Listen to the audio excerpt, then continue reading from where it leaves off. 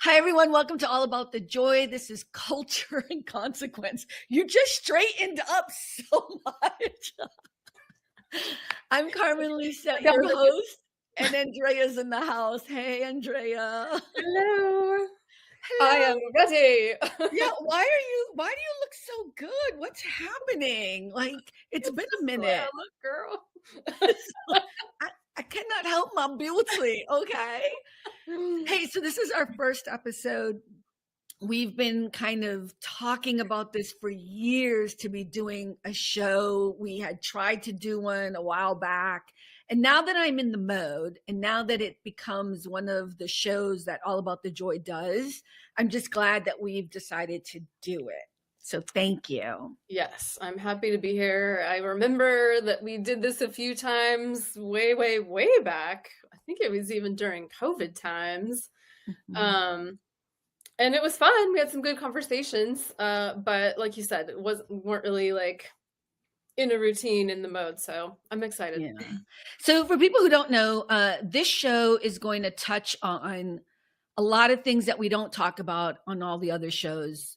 Maybe a little bit on Carmen Talk when I do my little, I need to vent about something.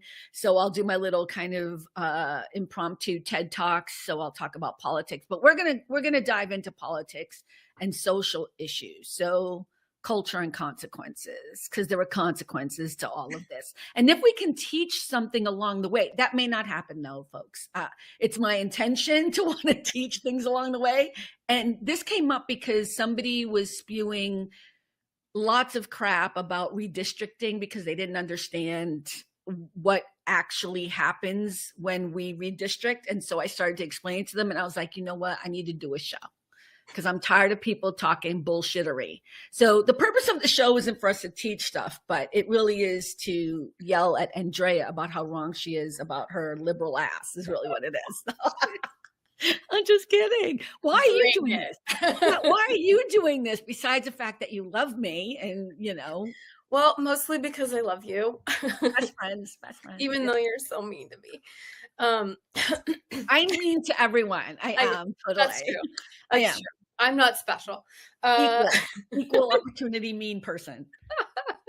No, I'm doing this because I think we have great conversations. And I think before any of this, all along, we've sort of been like, God, we should just record ourselves talking, because it's hilarious for us. Right. And I think I'm just going to put it out there that maybe you've learned a few things from me and I have learned a few things from you.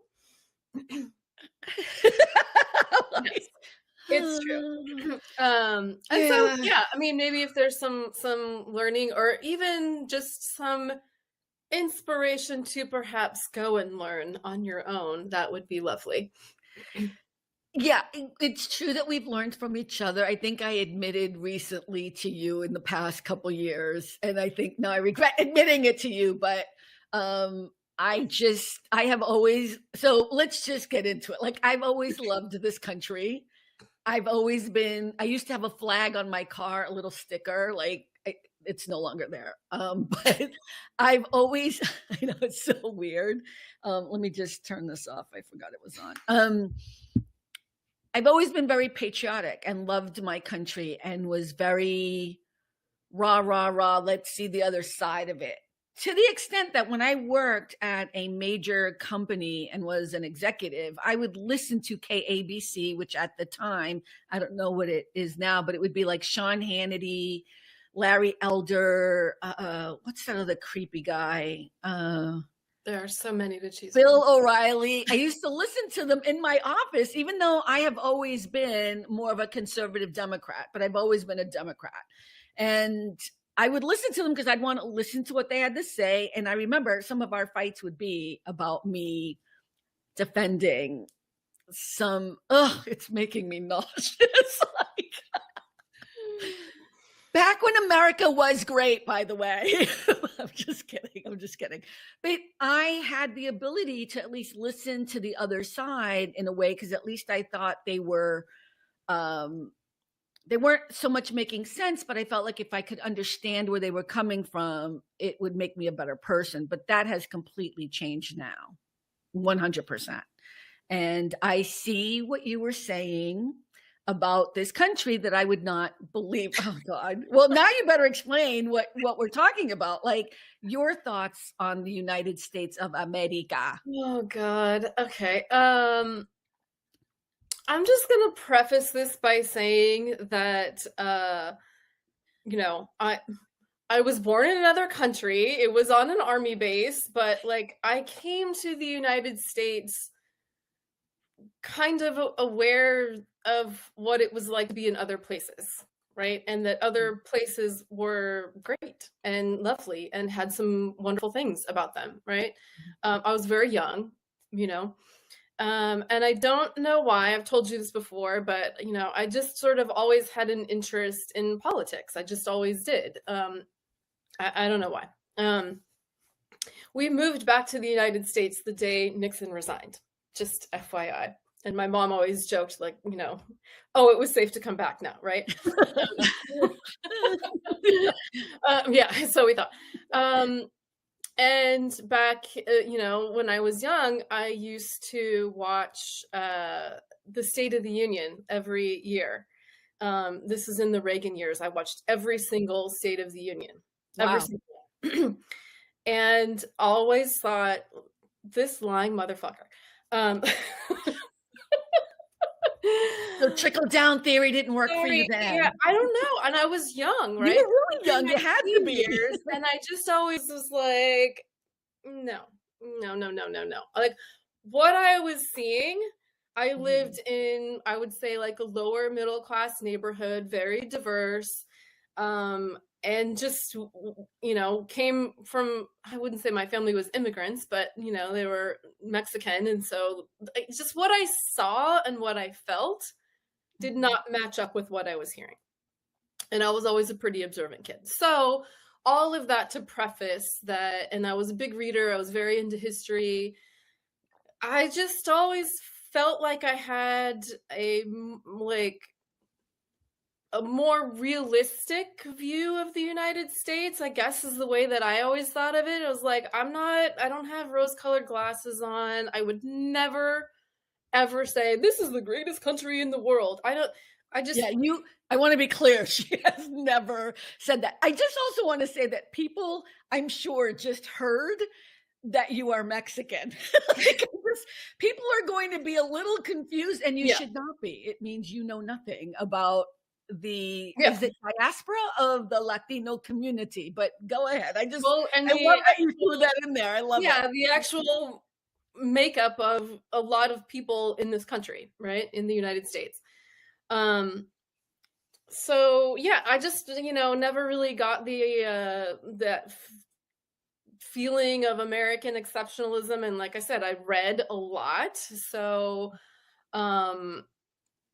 you know, I understood many of the things that we did in Latin America and, you know, around the world, and continue, you know, I mean, this was in the 80s that I was, you know, like Iran-Contra, like, hello, people, you know what I mean? You know, Oliver North and all of that, right? Who is now, I guess, you know, back in the fold. Whatever. You know what I mean? So I just had what I think is, I guess, maybe like a different level of awareness for a person my age. I don't know. I don't know how else to say it. Like I think you said it perfectly well. And like every time you're saying something, I'm holding back so that you can, because I think the flip side of it for me was I didn't know anything about Reagan. I grew up the way I grew up, which was without parents basically, and at the age of 12. And so I was in survival mode on a day-to-day. And I would also say in my neighborhood, I don't remember politics being the thing we discussed. Like I don't ever remember politics being something that was important, or I didn't know anything about it. And I'll say this, even as a kid, I don't think I would have known who the president of the United States was, whereas I know my godchildren knew when they were 5 or whatever. You know what I mean? Yeah, I just, it wasn't part of my everyday makeup. So, and the other part of it was, I think for me, there's the overarching umbrella of hope. and possibility, which is why people come to this country. This idea that you can come to this country and have nothing and have a decent life, right? That whole kind of, I mean, now I can look back and be like, okay, all that was what it was. More story, especially if you were a woman or a person of color or LGBTQ or whatever we want to, go down that kind of discussion. But I think for me, the United States was always something about the possibility of hope. And I don't think that's still not true. I mean, I think it's disparaging and horrible, the situation we're in now, but the idea of possibility still exists of who we can be. But I think I didn't know enough about the history of our country, especially as a Black Latina woman, but definitely as a Black woman. Did not understand how much this country lied about our history and continues to lie about it, which I don't understand why we don't embrace our actual history and actually become a great country because of it or in spite of it, but Yeah, I mean, look, there is a lot of opportunity here. There's no doubt about it, right? Like, in my own family, living proof of like, you can come to this country and you can make a great life for yourself, right? And there are millions of people who have done that over, the last couple of 100 years, right? But there are issues, right? There are problems. There are things that we have not dealt with, that we deny, that we cover up. And I completely agree with you to actually look at those things honestly and be able to say, yeah, hey, we did this. It's terrible that we did this. Here's what we learned. And now we're going to move forward. That's something that we have really not done in any large scale way that would be so beneficial. I mean, that's how people grow. Everybody knows that's how people grow, right? Right. You own up to your mistakes, you take responsibility, and you do better. We all know that. I don't know why it's so hard. I mean, I do know why, right? Racism, sexism, homophobia. I mean, we can go down the list. When I think about us talking about politics over the last like 20 whatever years, I'm always like, because they're racist. Because it's racist. Because racism. Yeah. Like, no, Andrea has always been that person. And I'm always like, but what? Yeah. I think it's also been hard to want to believe that. Like, as a person of color, it's hard to keep thinking that we're still here. We're still, I mean, I'm sure as a white person as well, it's like, why are we still having the same conversation that Martin Luther King Jr. and Malcolm X, and we can go back, like, just why are we still having the same conversation? And now it's even worse. I mean, yeah, we're reverting, right? We're going backwards. Yeah. At a fast clip. Yeah, it's so mind-boggling. Right? Like, what are you so afraid of? Well, this is what we're going to discuss and fix about our country in our podcast, right? That's what we're here to do. We're going to figure out what's wrong with this mofo country and fix it now. All right. Well, let's talk about someone who's trying to do something a little bit different. Your favorite person and governor, because this is where we have had fights. We have had arguments about Governor Gavin Newsom. I just want to say that I have been mentally prepping for this conversation for like 3 weeks. I'm like, I've got my arguments all laid out. Okay, I've got my evidence over here. I know. I'm just saying there was a moment where you relented as well. And this is where we learn from each other. But you can give us your feelings on Governor Gavin Newsom, and then I will rebut it and put you back on track. As you know, yes, I have never trusted him fully, right? Right. I'm like, I don't know. I'm waiting for the other shoe. I'm waiting. And then I was like, okay, he's fine. And then it finally dropped, and I was like, I fucking knew it, you piece of shit. Right. And it dropped, meaning he did that podcast with Charlie Kirk and them. Is that it? Or are we talking about Yes, but beforehand? honestly, before that, if you remember, I can't remember exactly when it was. I should have looked at this because I was truly like, I gotta have receipts. It's okay. I Look, think it it's was sometime California. last year. He came down here, and I believe it was in Northridge, and like was all having like a temper tantrum, and like cleaned up a homeless encampment, and just throwing everybody's stuff away. And I was like, what in the hell Right. does this man think he is doing? And it looked like a temper tantrum. That's what it looked like to me. And then, of course, when he finally has the chance to say what Gavin wants to say and talk to who Gavin wants to talk to, who is it? Who is it? Who does he platform? Who does he want to be in conversation with? Yeah. He spoke with Charlie Kirk and Steve Bannon. Yeah. And has now gone on other right-wing podcasts, and has gone maybe too far with the rights of some other human beings, apparently. Like, with the rights, what are you talking about? I'm talking about trans rights. Now I will say, the man knows how to fight. He's a little asshole, and love that. He's our asshole. He's our asshole, you know what I mean? Unless you're, homeless or trans, but you know what I mean? He knows how to fight. And, I like that he's doing that.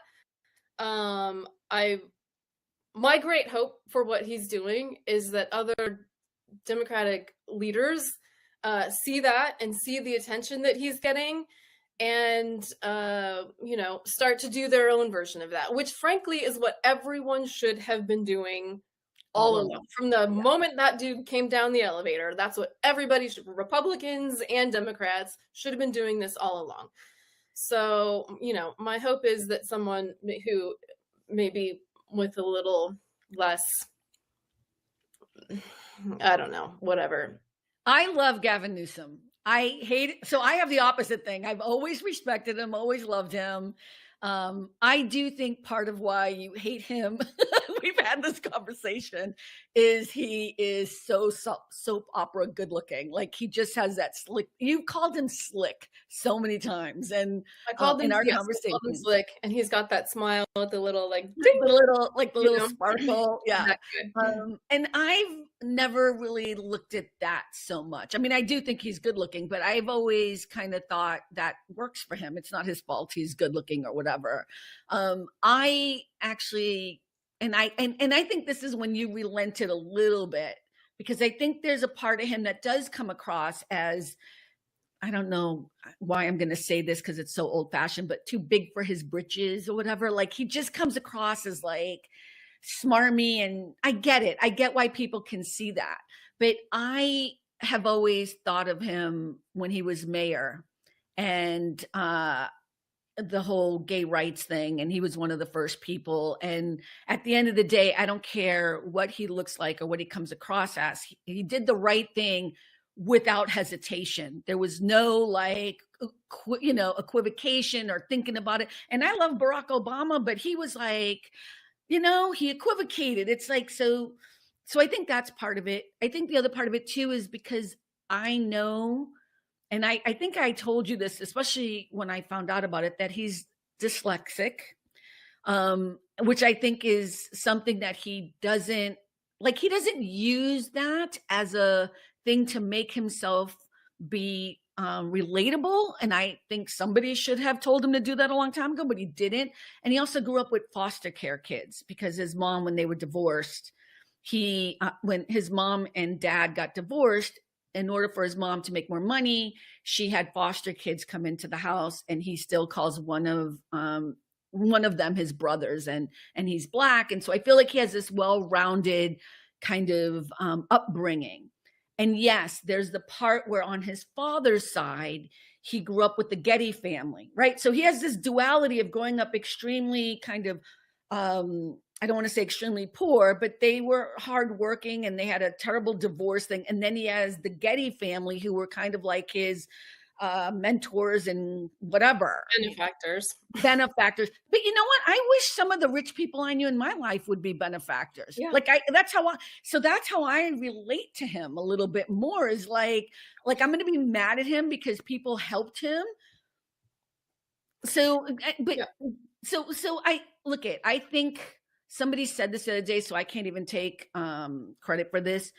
I think as Democrats, whether it's your kind of Democrat, which is like left leaning to the other extreme, I'm not. I'm still more to the middle, and I'm not a Democrat anymore. I became an independent after the Joe Biden debacle, which we'll talk about some other time. But I still will always be on the Democratic bandwagon. There's not a question about that. But we keep wanting the perfect candidate. I think this is what I get annoyed at with the we have so many boxes that need to be checked, and the candidate needs to be absolutely perfect. Do I think Gavin Newsom sucks at the homeless issue? Yes, I do. I think he's horrible. Do I think he's tried? Okay, I don't know, as much as any other politician has, and he's been horrible at it. But do we throw him completely out? And which candidate is perfect? Which one? And I think that's what bothers me about the Gavin Newsom isms, And yeah, he's fighting now and we need somebody to fight. But even before that, I was a champion of Gavin Newsom. The Charlie Kirk thing and the fucking Steve Bannon, I was pissed. I text you. I'm like, I'm done. I'm now done. I hear you. You were right. I was pissed. And now he's actually using that. And that's strategy. Like now he's using that as a way to get, I know it's politics. And now he's using that to swarm his way into that avenue of Christianity. Okay, that's my argument. Okay. I hear you. And you know who I am. Like my vote, we discussed this many, many times, right? Yes. I vote with my heart in the primary and my head in the general. So, we are 3 years away, and that is like 17 lifetimes. So who even knows, I'm not worried about that. You know what I mean? But I just feel like, why on earth would you move to the right? Those people are not going to vote for you. They are not. Yeah, Gavin is a San Francisco liberal. Like, you've got a whole chunk of people who are never going to vote for a Democrat, and then you've got some people who are maybe like, they are not going to vote for Gavin Newsom. He is that's not why he did it. A Kamala Harris, San Francisco liberal. Why would you go to the right and turn your back on the people who have supported you for your entire political career? The fact that you're making me defend him is pissing me off, but I'm going to defend him. He was just on Pivot, the podcast with Karen Swisher, because the other guy is out or whatever. So he was just on there, and I was just listening to him. And I don't think I was pissed when he did it, and I'm still angry about it. But what I am going to say is that now he's using it as a talking point. And so strategy-wise, this is why you and I could never be politicians, because we're too authentically like, no, we must be good and do what we have to do and be conscious about it. But he's now on that podcast and in other interviews, he's like, we have to talk to the other side. That's why I spoke to the other side, because we have to be able to communicate. And I'm like, whoa, like that's why he did it, so that he could say he is trying to talk to the other side. He doesn't expect them to vote for him. He's being okay. So meanwhile, he's lost votes on the left. So he has not lost votes. This is not a winner. He's got it back. He's are you kidding me? Yes. Like votes. First of all, you just said we have like 3 years before we have to start, or whatever, 2 years before we have to start. I do think he's thinking about the presidency. I'm not crazy about that. That we're on the same page. Yeah. But you've been thinking about the presidency for 10 years. And yet he would have always, this is where you and I have fights. And yet when Joe Biden got out of the race and people were clamoring for him to run, he did the right thing and said, I'm not running. I am voting for Kamala Harris. And that's where I will give him integrity. I'm sorry? He's a party man. He is a party man, but he's also a good man, which I know you and I have. I can see your face. Beg to differ. Okay, who would be a good politician to you? Who's a good man, a good woman? Okay, well, let me start by saying I don't know if I believe that there are any good politicians. Oh, okay, yeah. All right. Well, I can't help. And you asked me to run for office. Remember, we had this real. You see what I'm saying? Like, that's not fair. I think there are good people who want to do the right thing. No, there are. I'm being, yes, that I was being facetious, but okay. I think it's really hard to be a good person and a Politician. politician at the same time. I do believe that. I think that's a very difficult, line to walk. I don't believe that's true.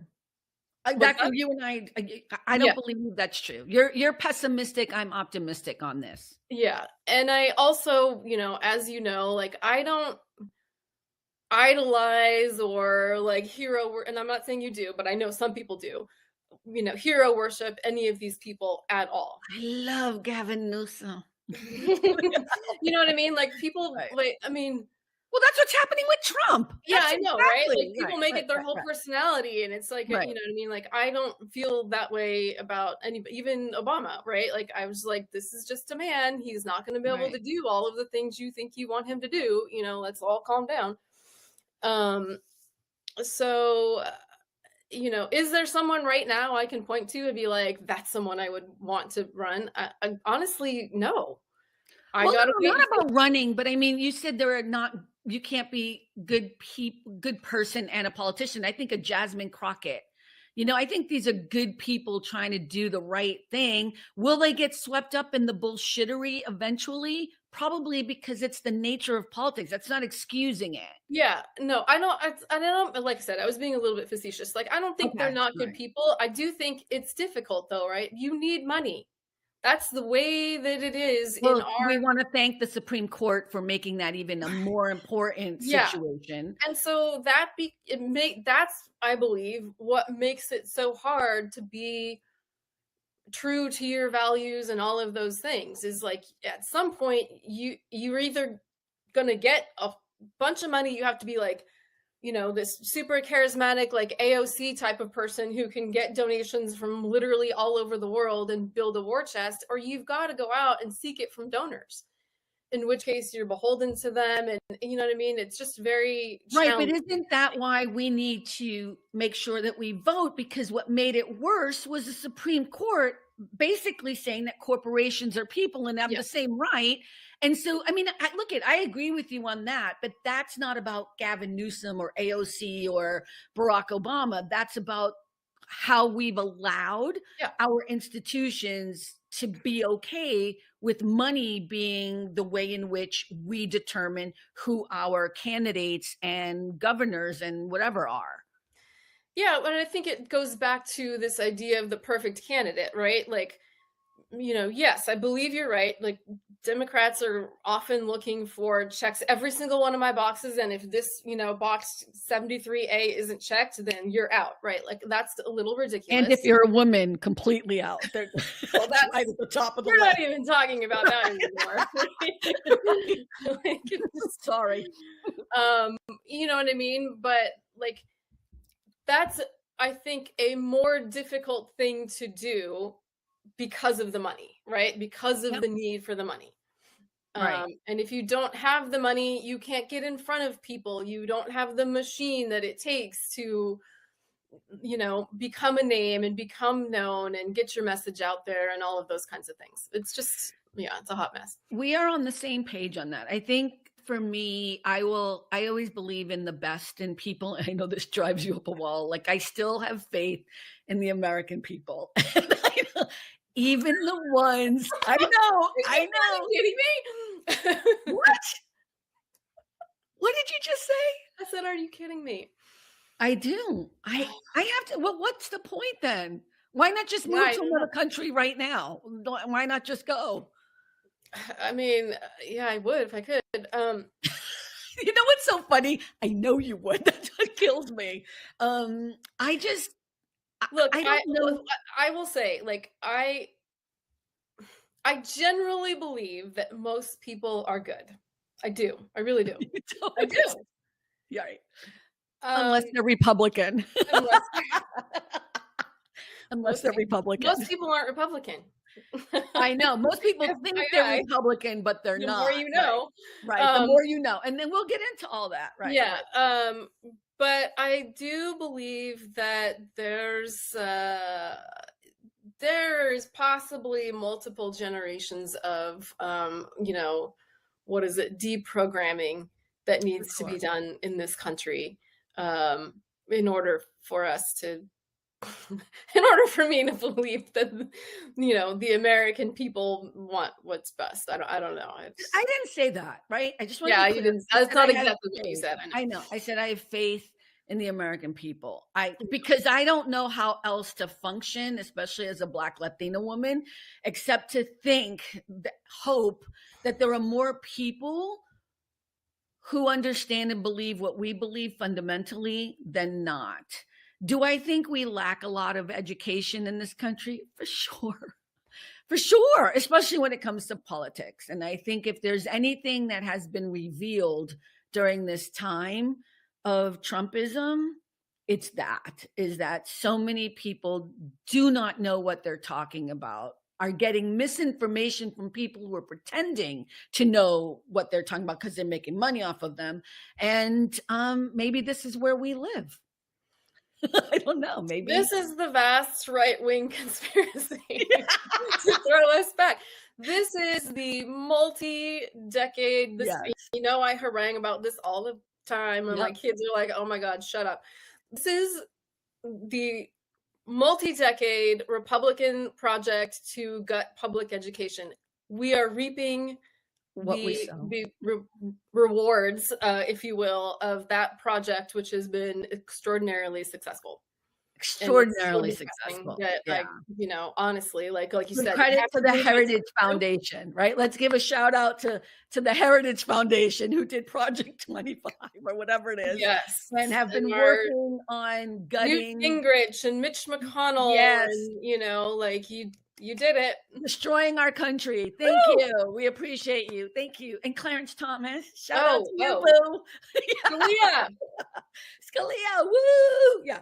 See, at the end of the day, we really do believe kind of the same things. like it's so funny. Like we have this kind of arguments back and forth, but when it comes right down to it, we actually do. And this is the thing that I know is going to kill you a little bit. I actually believe most people in the United States are more to the middle than not. It's kind of that idea that most people think they're Republican and they're not. I believe that too. Yeah. I 100% believe that, like I said, the vast majority of people in this country are not Republican. They're not. And they don't believe what the stated beliefs of the Republican Party are. I just don't believe it. The biggest one being government staying out of my business. I don't know how, isn't that the first commandment of the Republican Party? You know what I mean? Just stay out of, but we'll have to get back to that because that's right. I'm from the government and I'm here to help. Right. Those are the scariest words in the English language. Right. You're so funny. This is going to be fun. Going to be fun. Thank you for doing it. All right. Well, I appreciate you being here. And that was not what I thought we were going to talk about, but it was kind of sort of. And this is what we do. This is like a phone call that we have. I know. I thought it would be harder, but I think it's going to work. So yeah. Hey, everyone.